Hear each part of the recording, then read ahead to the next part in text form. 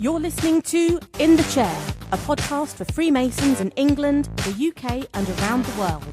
Find out more at masonicpodcast.com. But first, welcome your host, Robert Bone.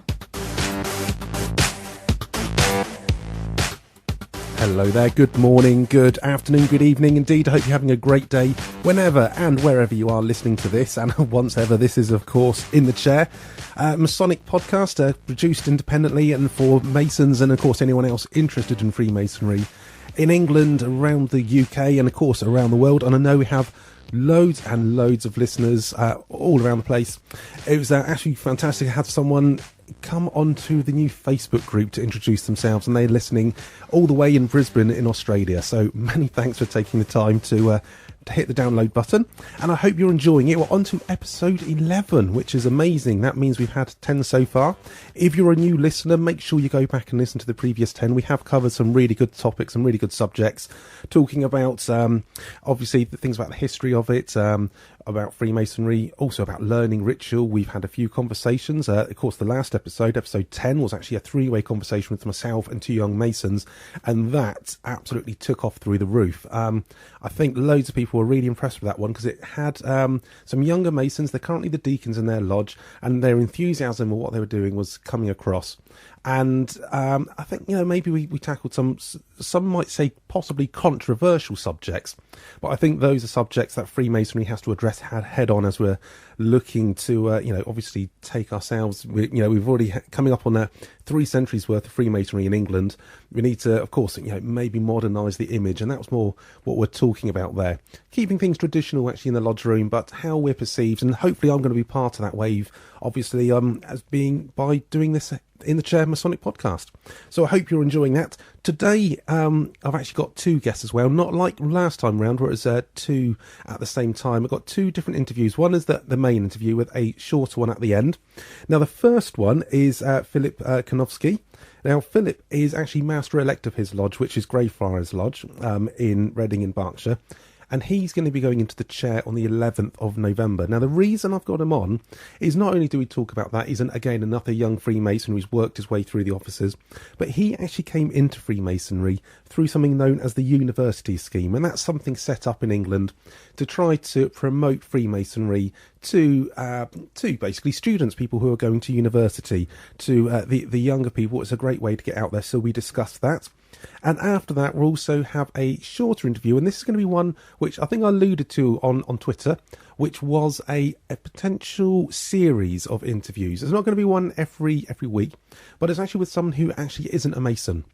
I say not a Mason, not at the time that I'm recording this and the time the interview was done. However, probably by the time you hear this, he will have been done, because it's actually a new candidate. Someone I'm actually going to be initiating whilst I'm in the chair. That ceremony is actually going to have happened by the time you actually hear this. I deliberately wanted to pre-record this so I can at least play that interview and have the conversation about it before he is actually a Mason. And then what we'll do is in a couple of weeks' time, we'll catch up with him again, see what he thought of his initiation ceremony, and hopefully over the coming weeks and the months and even the coming years, touch base with him again to build a little profile of a journey from someone who is literally coming into Freemasonry, having been introduced by a friend, doesn't really know what Freemasonry is about, through his journey of discovery, and hopefully that will be a blueprint. So if you know someone who might be interested in joining, you can point them in the direction to listen to these series of interviews and see for yourself. And maybe if you're a Freemason who's been in Masonry for quite a while, and I know we have got some listeners who have been some of the elder statesmen of their lodges, was probably the polite way to listen to say that, who do listen to the show. This might, hopefully these series of interviews as well will remind you, possibly maybe bring back some memories of your initiation and of course your journey through Freemasonry. But we'll come to that at the end. First of all, we're going to start off with the interview with Philip Kunovski. As I said, he's from Friars Lodge number 1101 in England. So I hope you enjoy the interview.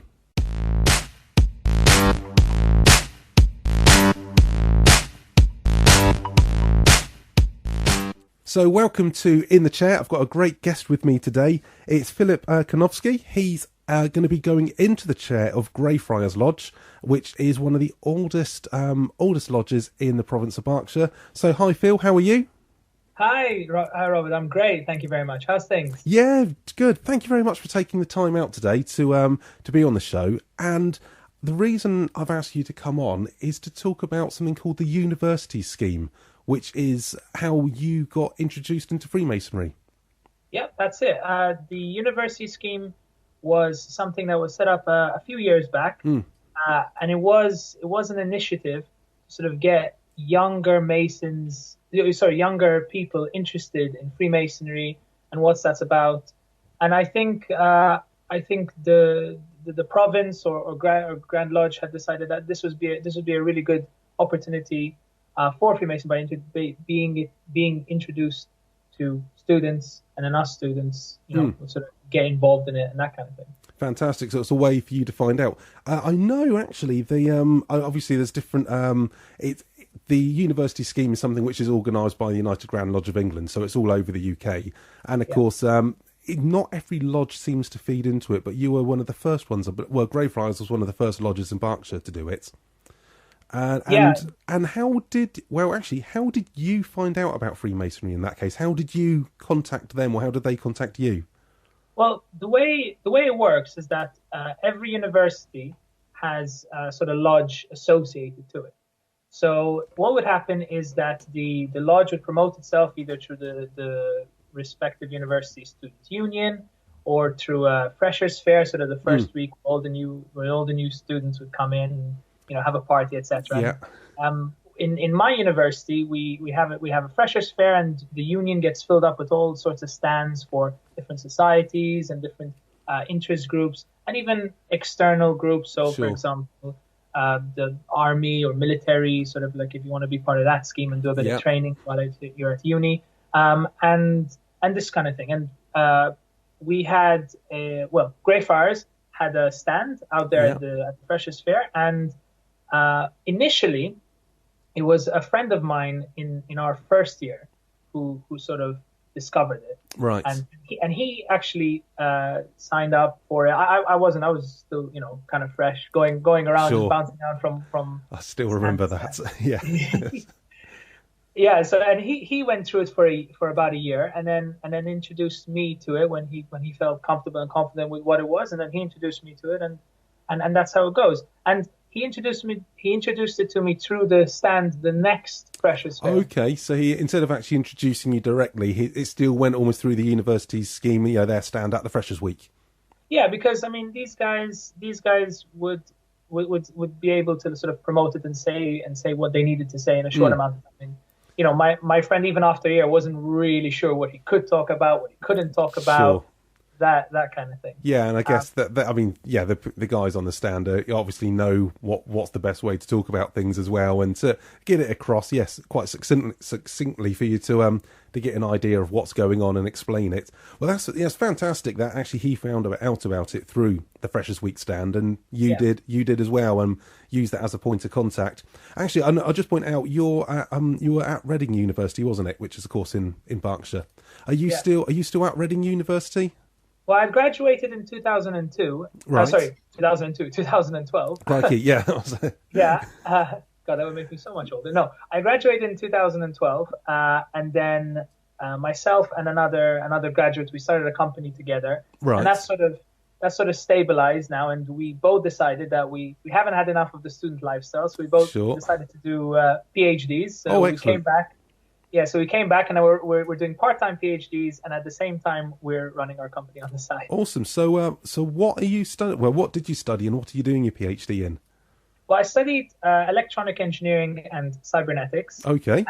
Yeah, for those who don't know, cybernetics is a lot of sort of uh, theoretical understanding of control systems, robotics, a bit of artificial Right. intelligence. So that the things that will go into making, let's say, today's fancy technologies, kind of Sure. thing, right? But that's a sort of higher level theoretical overview of everything, and then you could apply it to bioengineering, to Right. like virtual reality and that kind of thing. So that's what it Crikey. would, what that would. I know it's Yeah. really Wow. technical. I think It's that's a really podcast really in its technical. own right just to discuss that. That's crikey. I wouldn't even know where to start asking questions on that one, to be honest. And I studied physics at university, so I'd think that sort of thing I should have a grasp on. But no, you've gone over my head already on that.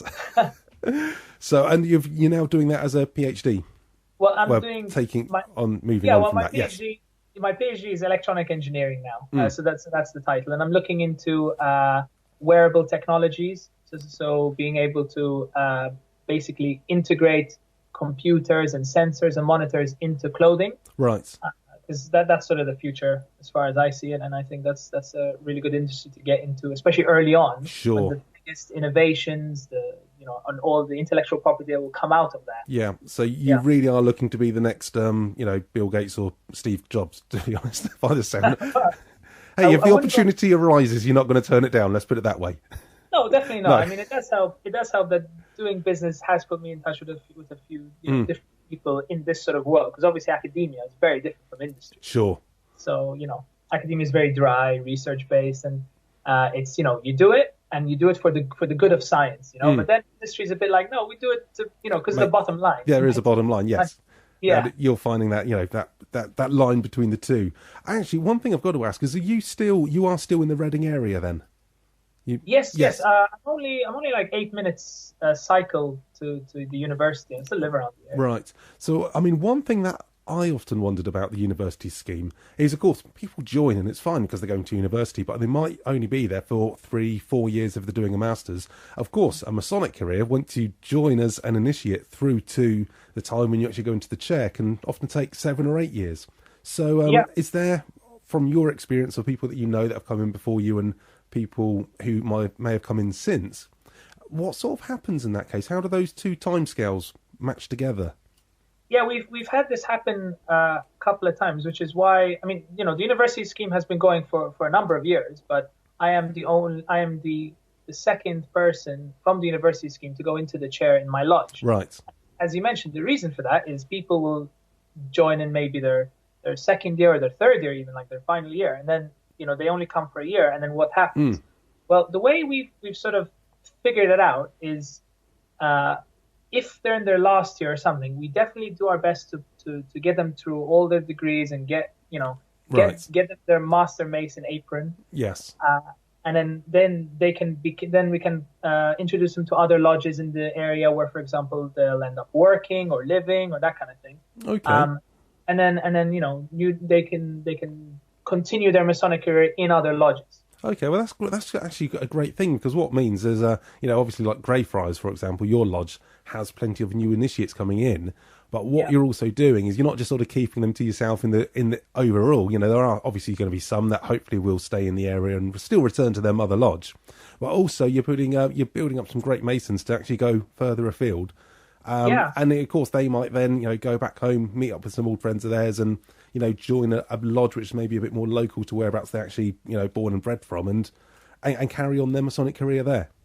Exactly. Like the person actually introduced me, he now lives in Cambridge. He's doing a PhD in Cambridge, but he's joined the Cambridge Lodge, and that's the thing. And now maybe he's going to his offices in that lodge. Another friend of mine who was same year, right? He when he graduated, he went back to his home country, which is Kenya. Okay. And then after a couple of years, he decided to do a master's, but this time in Germany. Right. So he went to Ulm in Germany, and through our secretary and all this, now he's part of a lodge in Ulm. So it's actually, different countries as well. Yeah, that's really great. That is obviously that that network has been able to find him somewhere to go, and on that one, that really does illustrate how Masonry is worldwide. Oh yeah, absolutely. And spread. I know we always say it's spread over the globe, and it just illustrates that. Well, that's fantastic, and of course, all boils down to some people stood on a stand during a Freshers Week.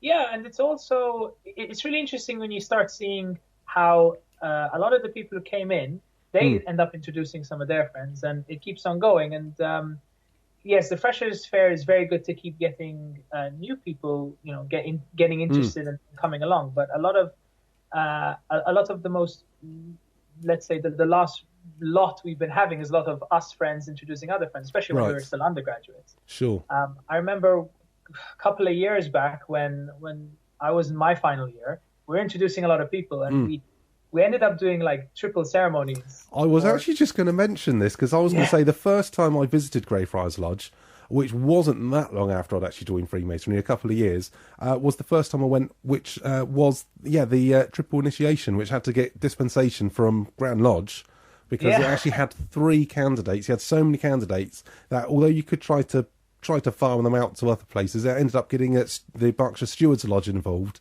just to try to get them, initiated. Yeah, it's quite impressive. I mean, we obviously try to do it as individual as you can, because obviously that's how you get the most out of it. But when people are in their final year and you've only got, a set amount of meetings a year, well, we have to sometimes just have people doing it at the same time. And I remember the first year that Liam went in. Liam is the first person from the university scheme to go into the chair. It was crazy. Myself and my business partner, who's now a PhD as well, we were in our offices. I think I was junior deacon, he was senior deacon. Okay. So we were doing a lot of the perambulations, the floor work. I love the deacon's work. So, and especially if you're doing it with someone especially if it's someone you get on with as well, who's the other deacon. You have some great fun with it. Exactly. And Liam was in the chair, and we were just having a blast, having a great time. So it was great. I mean, last year as well, we had quite a few ceremonies, and it was really interesting because Liam was the master and I was the senior warden. And, my business partner Richard, he was the junior warden. Okay. And I remember when Liam got installed in the chair, he made a comment saying that it's really fun to see that all the principal officers in the lodge are under the age of 68 or something. Yeah. Like that. Yes. Our combined age was younger than 68. But that's awesome. When you're thinking, all those people sort of like in their early 20s. And to be honest, traditionally, people don't tend to really, join Masonry until maybe, somewhere between mid-20s, mid-30s, I think is the ideal time. And, of course, by the time you go through the offices, I mean, I have been to, some installations over the last few weeks. And, not all of them are spring chickens. And I think it's great that you're, bringing these people on. I know, obviously, that the general rule of thumb is for members need to be at least 21 before they join.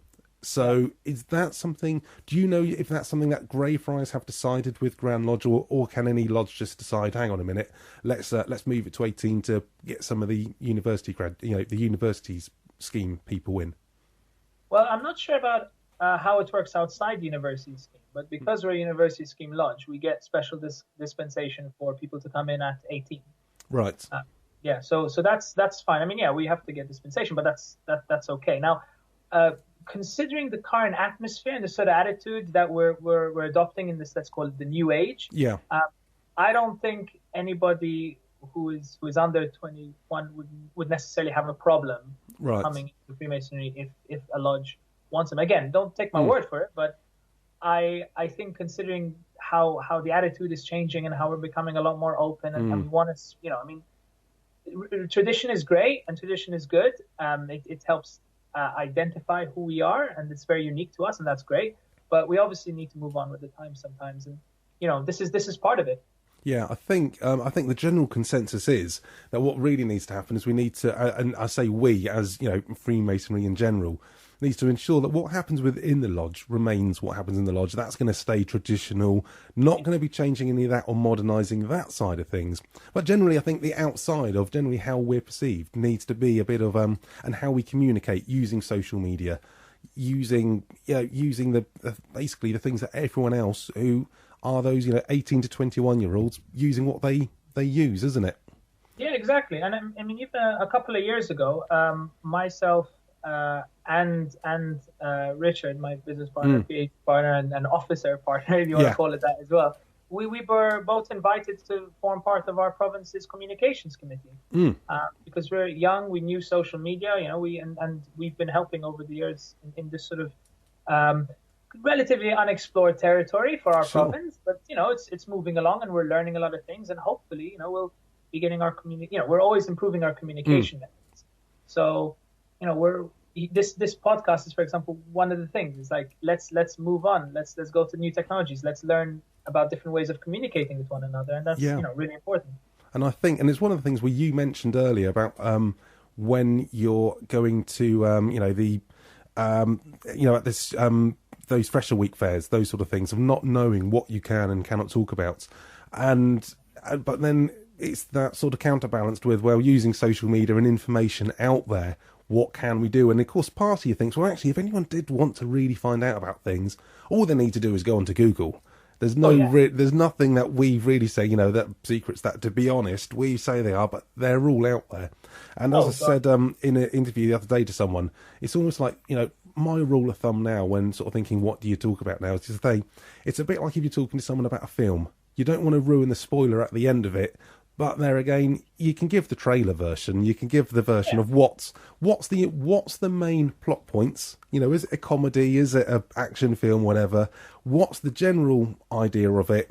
And then let the person find out the whole plot subtleties, and the twists at the end themselves. And I think that's I think that's one of the best ways to do it. And I think doing that at the the Freshers Week fairs, and getting the people on the stand. And I know there's a chap who's in Friars, Stan Crooks, who's really big on all of this side of things, isn't he? Yeah, absolutely. And I say really big. He's also about 6'6", so he is generally really big. But I mean, he's obviously driving quite a few things forward, and liaises a lot with the university scheme as well. Oh yeah, absolutely. He is definitely the front runner when it comes to these kind of things. I mean, just the other day we were talking about potentially making a society within our university about Freemasonry, just to, again, help promote things, move things along with how things are going. I mean, so Freemasonry, besides, doing all our fun traditional ceremonies / acts or whatever you want to call them, they're all fun. But we also, there's a big social aspect to it, and we like to meet, we like to chat, we like to drink, we like to enjoy each other's company. And this is the point. Why not have a university society about Freemasonry? It doesn't have to reveal any secrets, or anything like that. But that is like-minded people coming together, chatting, having a laugh, and that's what we all get up on. Well, that's the thing, and one of the things that I've really found from speaking to people, through this podcast, I've known it anyway, but just from speaking to people about it, is you realise that how it does bring people together. People that normally wouldn't have communicated or sort of got on with each other do have that in common. So I think any way that can be driven forward obviously makes sense.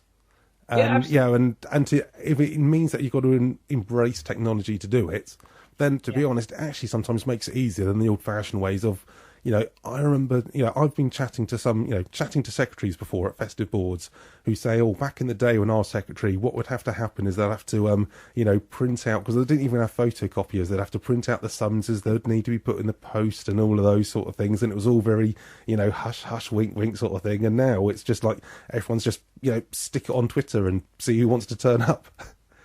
And and really, open it. And I was someone actually the other day as well, chatting to someone who said, what would be great is if you could have some sort of app or something on your phone, so that if you're chatting to someone, say, come along and visit my lodge, you just pop onto the app, or at least go onto their website, fill in the little online booking form, and before you know it, you've confirmed whether you're going to be dining or not, if you need the vegetarian option, and it's all booked in. And I was thinking, to be honest, that would actually be, so you don't even need to set up an app. That would be quite an easy thing to do, just to stick a form on a website. I'll be honest. I remember pitching that idea when I first came into the communications committee 2 years ago. Right. But obviously, things take time. But an app is a great idea. But what we first decided to do in that first year of communications is make the website something great, something that would have the summonses, something that people can access, and that's what we achieved. That was one of the big things we had achieved. The next year then was spent, fixing it up, because obviously it's new to us. We're learning, we're not web designers per se. We all come from different backgrounds. So we had an idea of what we wanted and what people would like to have. And then when that was done, we then we're refining it. But I think we are getting to that stage now where probably we'll have an app. I'm fairly confident we're going to have an app to make bookings within the province, etc. I mean, I know other provinces have. I think one other province has an app already, but I don't know if they have a calendar sort of system on theirs, which is what we were planning to do. Something where you can look at the events, click, send invitation, all automated form fill-ins, blah, blah, blah, and you can just add it to your Google Calendar.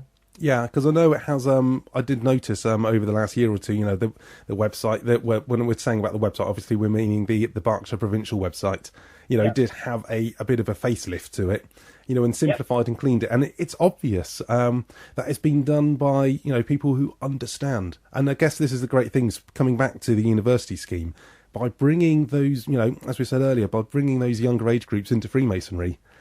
We're now getting that perspective from the people, more of the end user, and not people on not people sat around a table having a meeting kind of going, well, what do we think they would want? We can go, people actually saying, well, here's what we want. And that is, that really is the fundamental difference, isn't it?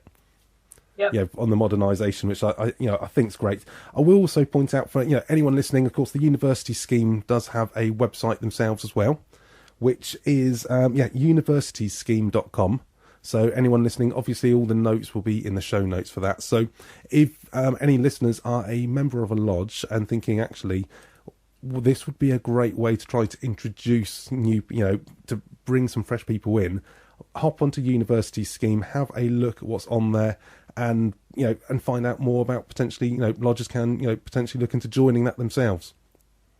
Is it might be a great way to do it. And of course, they're also on Twitter as well. And also talking of websites, your Greyfriars Lodge, which is on the internet, it's at greyfriars1101.org.uk, isn't it?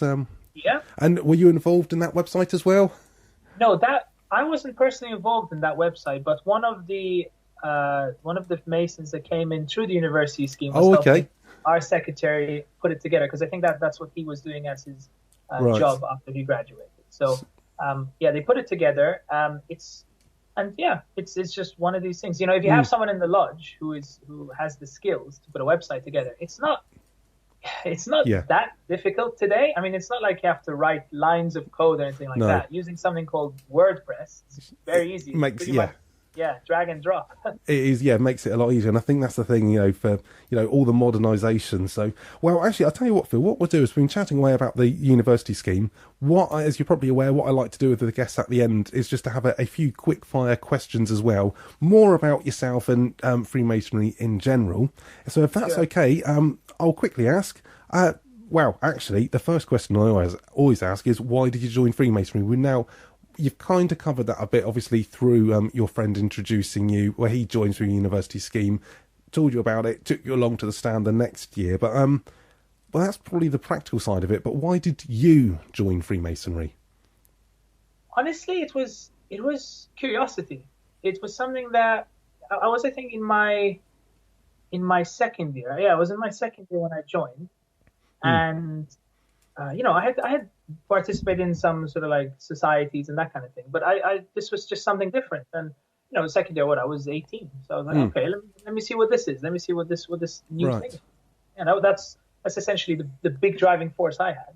Okay, so curiosity and your friend obviously all ties together to bring you in. You're staying at a Mason. Honestly, I have fun. I have fun doing it. I mean, I do. There's obviously a sort of practical side to it. Like, for example, I get to learn things. I get to stand up in front of people and talk, and these are transferable skills. Definitely.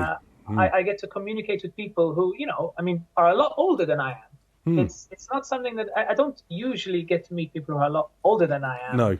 Outside family who I can talk to, teach me new things, and this is all great things for me. It helps me grow as a person. That's one of the reasons why I stay in it. The other reason is, I just have fun. I have fun doing it, and the ceremony is fun. I mean, learning words and trying to get them perfect and doing the whole thing. I love that. I'm an engineer. I love to make things perfect and make things work. There is that line that something that it shouldn't work, but I know what you mean. There's that logical part of your brain that, granted, sometimes things are written in quite an old style of English and stuff, but you want to get it right. There's that perfectionist side of things, which is a great attribute, I think, and it helps polish that attribute. So fantastic answer that, you covered it there. Do you have a memorable experience from that? It doesn't necessarily have to be obviously within the lodge, but maybe that's an experience you've had through Freemasonry. Okay. Well, I could always start pointing out things like, for example, my first ceremony and that kind of thing, and that is very memorable. But I think the one thing that really sticks into my mind was this one time when we were about 10 people, maybe a bit more, 10 of us who went out. Right. We were a couple of past masters, Liam, who was the master at the time, Stan, who had mentioned previously, myself, and a few other young people who might have just come into Masonry the previous year, so still in their first. Right. Okay. And like 3 or 4 newcomers who haven't gone through it yet. They just were interested, and we wanted to meet them. We all wanted to have a laugh, and we were just in this great so the restaurant is called Sweeney Todd. It's great pies, great beer. Okay, yeah. And in Reading, and we were just all in. We had a sort of area reserved to us, and it was just us, all of us, on 2 separate tables because we were so many, and the place is kind of tiny. And we were just laughing, having a blast, and it was great. That is very memorable to me. Oh, brilliant! So you've gone completely out of the box on that one, which is a great answer to that. And do you actually have any advice to anyone thinking of joining? Not necessarily, possibly through the university scheme, or just in general, anyone who might be considering joining Freemasonry? Well, what advice to give? It's a very interesting question, because obviously you don't want to say all those bits, but the traditional history and the ceremony and that's all fun. It's a bit of fun, but what Freemasonry is a few like-minded individuals who meet up, rarely, not that often, to be fair. Once a month, or twice a month with rehearsals and those sort of things. Yeah, and it's a lot of fun. And honestly, the piece of advice I'd say is try it out. If you like it, if this is for you, you'll know pretty soon. And if it's not, it's not, and that's it. You can leave if you want. You're not. Yeah, of course. You're not completely tied in. You can leave. Yeah, I mean, we don't obviously want to tell people to, join that, but there is, you can get your way out if you don't like it. Yeah, and this is one of the things, I have found personally, after being a few years now in Masonry, that I don't think we advertise ourselves very well, that we actually have a lot of fun. I think we focus a lot on the good things we do, which is important, don't get me wrong, but it would be really good if we could communicate to people why we're fun and why they might want to join. Yeah, because I had to set up the website. Well, I say I had to. No one else was going to set up the website for my lodge, Kennet Lodge. And I remember when doing it, I explicitly said, what we want to do is to ensure that we can get across, that we have fun, that we are a sociable lodge, still cover, we'd like to do our ritual and those sort of things. But the main thing is, said, look, there's loads of lodges out there. They've all got pictures of, how should we say politely, grey-haired men wearing, aprons, looking, and all this weird stuff on, looking, quite, and handing over big checks. And, they all sort of repeat the same. We want to show that we're fun. And each master each year would do a little introduction to the website and have their picture next to it. And I would always say, we don't want pictures of you in regalia looking like you're the worshipful master of a lodge. You're the person who's chairing the committee for this coming year, and we're all going out, and part of that year we're going to be going out and having fun. And suddenly that mindset, people went, hang on, that's what we're trying to get across, which is what we do. Of course, there's all the other stuff that goes with it, and you can find that if you're looking on the website. And I think not only has Greyfriars got that, but also I know that the old Berkshire website was a little bit like the previous one, and obviously you've come in and the other guys on the communications committee have done a great job in really looking at, hang on, who's the end user? Who are we looking to appeal to? And taking that sort of aspect of it. Actually, finally, Phil, do you have any advice to any Master Masons? For people going to the offices, I'd say if you're serious about it and you do well, you learn the words and you try your best to do it. Even though you're only in that office for 1 year, the fact that you've done all those words means that when you go to the next office and the next office, you slowly start getting the whole ceremony in your head. And when you get to master, which is now where I am, about to go into master, I remember we had a rehearsal the other night. When I looked at it and all the things I had to remember, I was like, there's a lot. But the fact that I had done pretty much all the offices leading up to this meant that a good half of that I already knew by heart. I barely even need to revise it. So if you do all those bits, you're like, oh, okay, that's fine. Then it's the new things that you've probably heard loads of times. So they're not completely new, but then you need to sort of memorize them. But everything else is, it does build. There is sections. And I mean, I'm in the same boat as you a bit at the moment. I got installed into the chair last month. So I'm now, next week is going to be my first ceremony as Master of the Lodge. And so literally just before our conversation, for an hour beforehand, I've had my nose in that blue book going through it, trying to learn, and oh crikey. But what's funny is exactly as you say, you're learning new bits, but I find they're stepping stones. And it's almost like it's been deliberately designed. So you think, crikey, I'm never going to learn this. Oh, hang on a minute. There's a couple of paragraphs that I had to learn when I was junior deacon. And sometimes maybe the perspective is slightly tweaked. But there's these parts in there, and you go, okay, now through that. Hang on a minute, I had to do that when I was doing something else. And there's all these little sort of little safety bits, and you can kind of tell they've been deliberately put in there to kind of get you through, so that just as you're starting a flag, you can kind of go into autopilot, because that's something you actually did off the top of your head 2 years ago. Exactly. And it's a great way, it's been put together quite well. It is, and also, it's because of the style of writing, even if you don't necessarily remember how a sentence is about to end, you can sort of predict it, because it's a bit repetitive. There are a few repetitive bits, the way certain things end, saying certain duties or whatever. It's like, oh, okay, no, I can sort of imagine how it's going to end. You get used to the style of writing and how saying it and, all that. Actually, one thing, if you haven't, Phil, and also for anyone else who's obviously going through, I recommend is listening to, obviously, episode 3, which was an episode with Rick Smith, who was author of Learning Masonic Ritual. And I've had a few people, in fact, I was at a lodge meeting the other day, and the secretary stood up in the risings and said, by the way, I highly recommend everyone reads this book. Because he had heard about it from listening to the podcast, and he had got it himself. Aye. So that's just a quick little mention there. And of course, not only with the book, but he discussed a few tips and tricks, and those sort of things are mentioned in the book. Of once you start getting the hang of it, it actually starts. He said, as you said, I think you can, if needs be, you can busk your way through. Once you know what you're meant to be saying and the style it's in, you can pretty much busk it through, so that most of the people won't actually notice, and the ones that do will probably realise that you've done it with so much finesse they're not going to point it out anyway. So for anyone who's going through, don't feel too much pressure on those sort of things. But Phil, I will let you get on again. Many thanks for coming on to In the Chair, and of course talking about the university scheme. Hopefully, that is a initiative that's it brings lots of people into Greyfriars. I'm assuming it brings lots of people into other lodges, and it's bringing lots of new members into Masonry as a whole.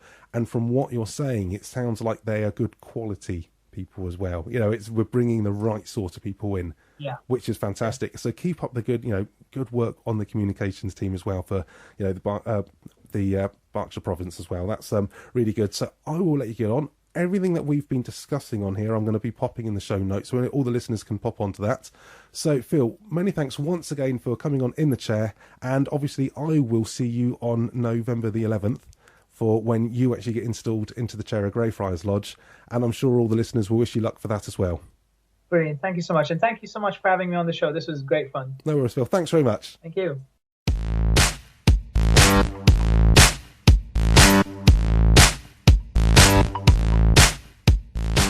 Many thanks once again to Philip Kunovski of Greyfriars Lodge, that's number 1101, for taking the time out to speak to me, not only about obviously the university scheme and about his thoughts on Freemasonry and everything as well. The great thing with the interview with him is, of course, you're finding out about the university scheme, but through someone who's actually going through it, not maybe someone who'd been involved in setting up the programme. I'm sure that would be an interesting conversation to have with someone like that in their own right.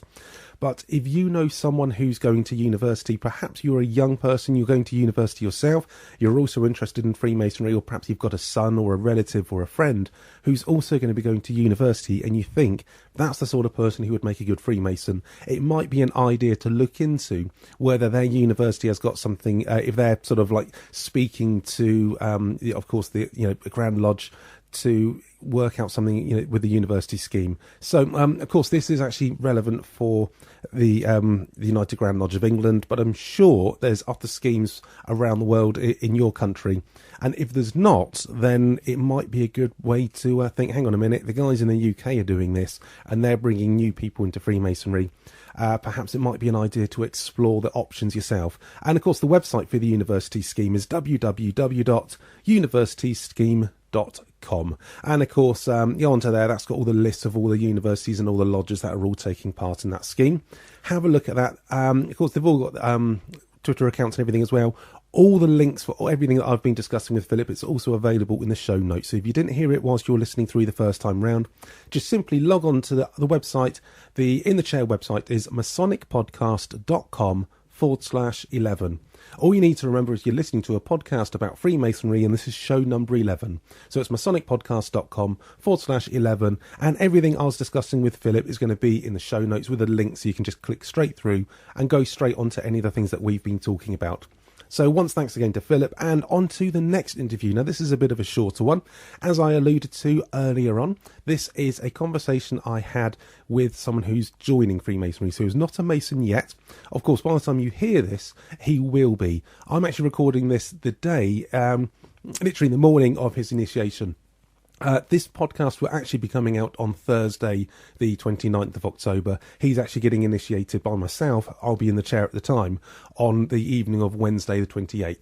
But I wanted to ensure I recorded this and the interview before. So this is all done. This is all done before he goes in. So we're capturing his raw emotions here. That's the plan of what I tried to do. Of course, at the moment, he doesn't really know much about Freemasonry. He's had a bit of a look about things. He's obviously the person who's introduced him, and the lodge mentor has spoken to him. So he's not going to have any, he knows what to roughly expect, what he needs to bring with him.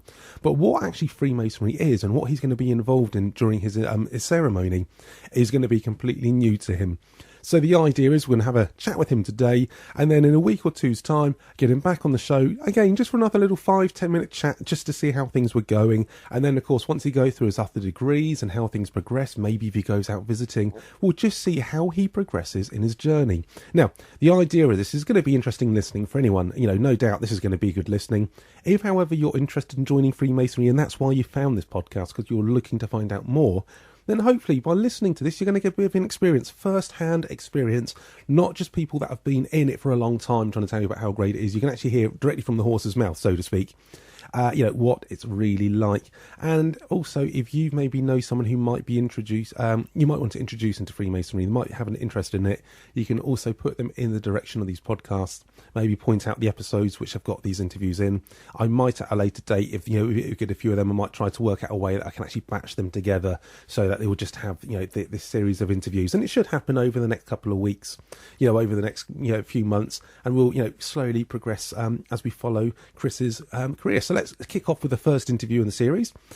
So please welcome to In the Chair, Chris Butland, who will hopefully be joining Kennet Lodge.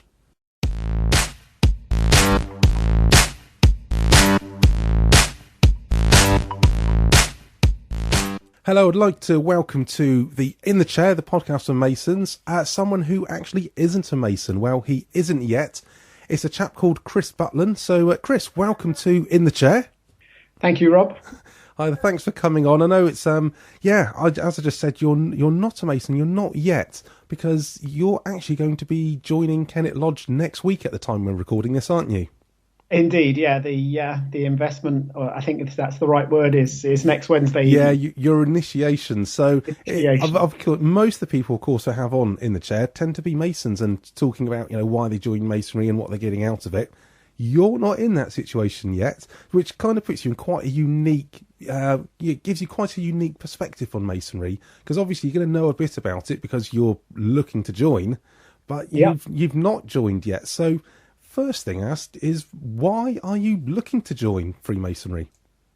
So Robin, a good friend of mine, kind of raised the idea of perhaps joining and being a little bit interested in giving a little bit back to the world after we all take over so many years, and it felt like that was a good thing to do. I spent quite a lot of my time supporting scouting and being group scout leader for different scout groups and things. And I'm not doing that at the moment. And this seemed like a good opportunity to perhaps start another chapter in that part of my life. Well, actually, because I remember when we were speaking to you, for your interview a few months back, you had mentioned scouting, and of course there is quite a crossover between, some not so officially, but there's definitely a crossover between Masonry and scouting. I don't know if you're aware, but actually in the province of Berkshire, there's to be prepared lodge, which is actually a lodge set up for people that have actually had associations with scouting in the past as well. Yeah, indeed. No, I'm aware of that, and I went to one of their meetings some months ago where they talked about the foundation of scouting and the kind of the roots between the link and Baden-Powell and scouting and the Masons going back 100 and something years. Yeah, so hopefully you should be in quite a good sort of place to to sort of build on that, and with the start of the Masonic career. So how long ago was it that Robin contacted you? Because you've known Robin for a while, so how did it come up in that conversation? Did you know he had been a Mason for a while?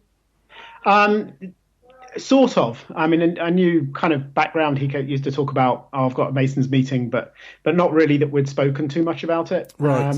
And then one night in a pub, as happens in pubs, we started talking about it, and he suggested it might be a good idea and a good opportunity.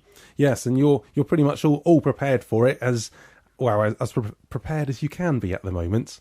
Indeed, yeah. I've spent some time with my mentor, Keith, and he's taken me through the things that I need to worry about, or keeps telling me that I shouldn't be worrying about them. So I'm trying not to worry about them, as it were. Yeah, as I'm going to be a new installing master, trust me, I've been having quite a lot of worry over the last sort of few weeks, and I'm sure at the next few days, it's going to be a relief, I think, for everyone come Thursday evening once it's all done. I mean, you're probably wondering, well, why the heck is everyone doing that? But I'm sure once it's all gone through on Wednesday evening, you'll kind of go, now I appreciate it, which is exactly what it's meant to be.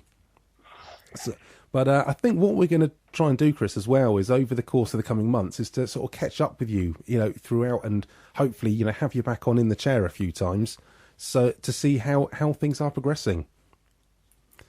So I think that would be quite quite interesting, actually, to it's the start of a journey, I think, and as I understand it, there are two parts of the journey, and for the personal part and your own personal development, I think there'll be some interesting elements there that may come through in the in the experience and the conversations over the coming months. So I'm looking forward to it. I think that's going to be the case. Is there anything, I mean, do you have any inclination of, sort of what goes on? Because the weird thing is with Freemasonry, you always say it's not meant to be a secret society. It's just sometimes a society with secrets. But of course, many people can take that a bit too far. And some people join Masonry with absolutely no idea what it is. I mean, I pretty much was in that boat.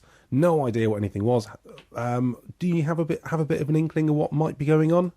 Well, I know that Masonry is the largest charity aside the National Lottery in the UK, and one of its fundamental tenets is around giving back to society some of the things that we've all benefited from. So, I'm quite keen to see how that moves forwards. From that perspective, I think I understand some of Masonry, but I think as we go into the organisation and the kind of processes, I think that'll be an interesting learning. I have walked around a lodge. I went to Windsor Lodge on the open day in, or was it August or something like that? Oh, that was that was a while back. And of course, when you come to Sindlesham for your interview, that was also done in one of the lodge rooms as well. So you've kind of got the idea, and that's the great thing. You know enough to kind of have an idea of what's going to happen. But not enough to spoil the surprise. As I was chatting to some people, actually it was back on podcast number 10 with Mark and James, who were saying with Freemasonry, when you're talking to people about it, it's a bit like talking about a film. You don't mind giving an idea of what the genre is, but you don't want to ruin the twists and the surprises that come at the end. So hopefully you're sort of in that boat, and that means that you're going to have a really enjoyable evening on Wednesday night. Yeah, I'm looking forward to it. Brilliant. Well, thanks very much, Chris. What we'll do is we'll catch up with you again in a couple of weeks once you've actually been had your initiation, and see what you think about it then, and see how that's going. So thanks very much for taking some time out today, and of course I'll be seeing you on Wednesday night. Indeed. Brilliant, Chris. I'll see you Wednesday night. Looking forward to it. Thanks very much.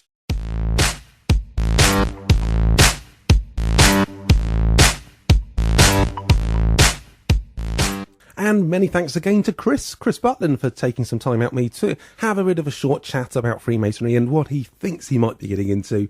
And hopefully, like you like myself, are looking forward to seeing how that progresses and how that pans out and how his journey is going to proceed over the coming weeks, the coming months, and of course the coming years.